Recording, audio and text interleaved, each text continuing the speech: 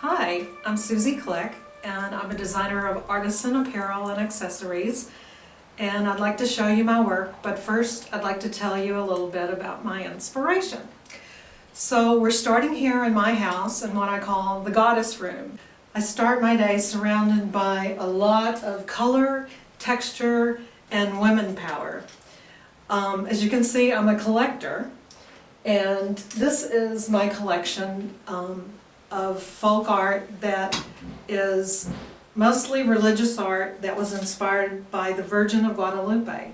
What I'm attracted to is really the color and the texture and the naivete of the folk art rather than the religious symbolism. And I consider myself a collage artist that makes wearable art. So it makes sense that I use a lot of things that I like to collect in my work. I'd like to tell you a little bit about what I'm wearing. This is my latest jacket, and I've been already worn it a lot of times. It's just so easy to wear and looks so great. It's an ikat fabric that's a cotton ikat from India, and then it's trimmed with mirror embroidery that's called shisha that also comes from India. So I put it around the neck and on the sleeves. And because I believe totally in the power of adornment, that's why women and women power are so important, because as a designer I want to adorn women so that they can bring out their inner goddess. So accessories are really important because it's all about the total look. So I'll tell you a little bit about my accessories. This is a necklace that was designed by my friend Gretchen Shields, and it incorporates a piece from Turkmenistan that's from the tribal culture of Turkmenistan. The bracelets I got in Morocco, those that are from the Berber tribe. These bracelets from Hong Kong, they're Chinese. The ring, Arizona turquoise. And these shoes, I just got these shoes. I think they're so fabulous and totally make the outfit. One of my friends called me and told me she just saw these great shoes that were so me because they look like Maharaja shoes. They were on sale, so of course I had to go get them. So that's the total look that is all about the power of adornment. So here we are in another room where I wanted to show you my Frida Kahlo collection, because Frida is definitely one of my style mentors. There's two things I really like about Frida Kahlo. One is that her motto was dress every day like it's a fiesta, and I totally believe that. I dress up every day, mostly like this, or maybe a little toned down from this, and it makes me feel so good, and then the people I see respond to it. I get lots of smiles, and it really expresses who I am.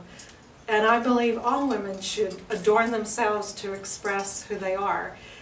And that's why I also do workshops called The Power of Adornment, to help women express their style through fabulous clothes and jewelry. But another thing about Frida Kahlo that I love is that she was inspired by the native costumes of her country of Mexico. And that is also what inspires me. I love tribal cultures and native costumes from around the world. And I like to travel to those places. Travel is another big inspiration for me. But I especially love India. I've been to India twice. And I love the way that you see Indian women dressing in these beautiful saris. It seems like no two are alike, and they're all different colors. And even they'll be working out in the field picking peppers or clearing brush, or even working on road construction, and they're wearing those saris with their jewelry. Another place where I've traveled that is inspirational is Thailand, Laos, and Cambodia. And I love the hill tribe cultures. So the jacket that I'm wearing incorporates some of that. The piece right here is from a vintage scarf from the Aka tribe, one of the hill tribes. And it's got great embroidery and little textured pom-poms. It's just fantastic. And the trim, this jacquard trim that I put down the front and here, that's also something I bought in Thailand. That's from one of the hill tribes. The pom-pom closure, little tie, is from one of the hill tribes. And then these pieces that I put on the sleeve are from, they're embroidered, and then with the metal pieces, they're from Pakistan. And the guy I bought them from said they were used in the headdresses that the women wear in Pakistan. So, as if that wasn't enough, then I added these religious medallions. Because one thing that I like about the costumes of tribal cultures is they like to put a lot of metal and shiny things on their clothing because it deflects the evil spirits. And, you know, what could it hurt to add a little deflecting of evil spirits in what you're wearing? And then, of course, the body fabric is a reverse applique cotton that's done in India. And the lining is an iridescent silk jacquard from Vietnam. This jacket represents a lot of my work, where I mix a lot of different countries and cultures together in one. So here we are in my studio. This is where I take all the inspiration and turn it into a finished product. So in my studio I have this really great cutting table where I lay out my patterns and cut everything. And then here I have all my fabrics. A lot of my inspiration comes from the fabrics. I'm always looking for really interesting fabrics that are colorful and embellished and interesting patterns. Not too many solids here. Okay, so let me start with what I'm wearing. This is a vest that's made from a Suzani. Suzani actually means stitch, and they come from Uzbekistan, which I'm so excited my next trip is going to be to Uzbekistan. And I love the textiles from there. They have Suzanis, and they were made when a woman was going to get married. Part of her dowry was that all the women in the family would get together and embroider these fabrics and give them to her on her wedding day, and then she would use them for all kinds of purposes in her home. So it's a beautiful tradition, and the result is beautiful artwork, great colors and great patterns. They use the pomegranate pattern a lot because it means fertility. So this is from a vintage Suzani that I bought on eBay. Now that I'm going to Uzbekistan, I can actually get them from Uzbekistan myself. And I trimmed it with this Mongolian lamb, and I lined it with the iridescent silk jacquard from Vietnam. I've coordinated it with a necklace by my friend Marilyn Harrison, who used an Ethiopian cross mixed with these great beads. The earrings are from my friend Gail Golden, and she used pieces of Tibetan jewelry to make them. The hat I got at Santa Fe Folk Art Market from another vendor who made it in Uzbekistan. So I've got the Uzbekistan theme going here. The bracelets, one is my friend Alice Seeley. It's got the Virgin of Guadalupe on it. And this is a Mexican silver and jade that I got at a vintage show. And the ring is my friend Zipporah. And Watchcraft Art Watch. So let me show you some other things. This also is from Uzbekistan. It's a silk ikat. And then I've trimmed it with vintage Sari border. When I first started my line, it was really started from using vintage Sari borders. I bought some at a shop, and I didn't even know what I was going to do with them. I just fell in love with all the detail in them. And then I started making scarves and shawls where I put them on the borders. And then from that, I started making jackets and blouses and skirts where I incorporated them. And this is a cool button. It's a Micronesian date palm with a turquoise in it. And the shape I use for this is just your classic kimono shape, because that way you don't break up the pattern too much. This is another one where it's also a silky cut, and then I've added a Pakistani embroidery on it. Sticking with the Suzi, this is one that I really love because it's a really big coat.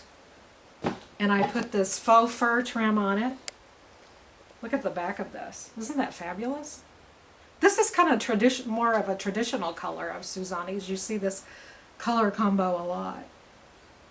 So this really makes a statement.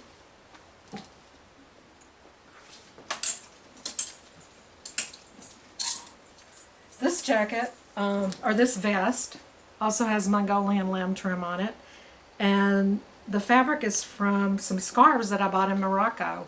I saw these cool looking scarves in several places, several bazaars, and didn't buy them. But at the last city we were in, I said, I've just got to buy those. I don't know what I'm going to do with them, but they just speak to me. And they actually have sort of a mosque design on them here. And it's a really interesting jacquard weave with these bold colors. So I did the vest, and then I've also done a jacket. So I also used that Moroccan scarf to make this great jacket, and I left the fringe on the bottom. And then for the trim here, I used the shisha mirror embroidery from India on the front and the sleeve. Another fun piece, I call this the Cha-Cha Krishna, and it's called Krishna because I have little buttons that have Krishna images on them.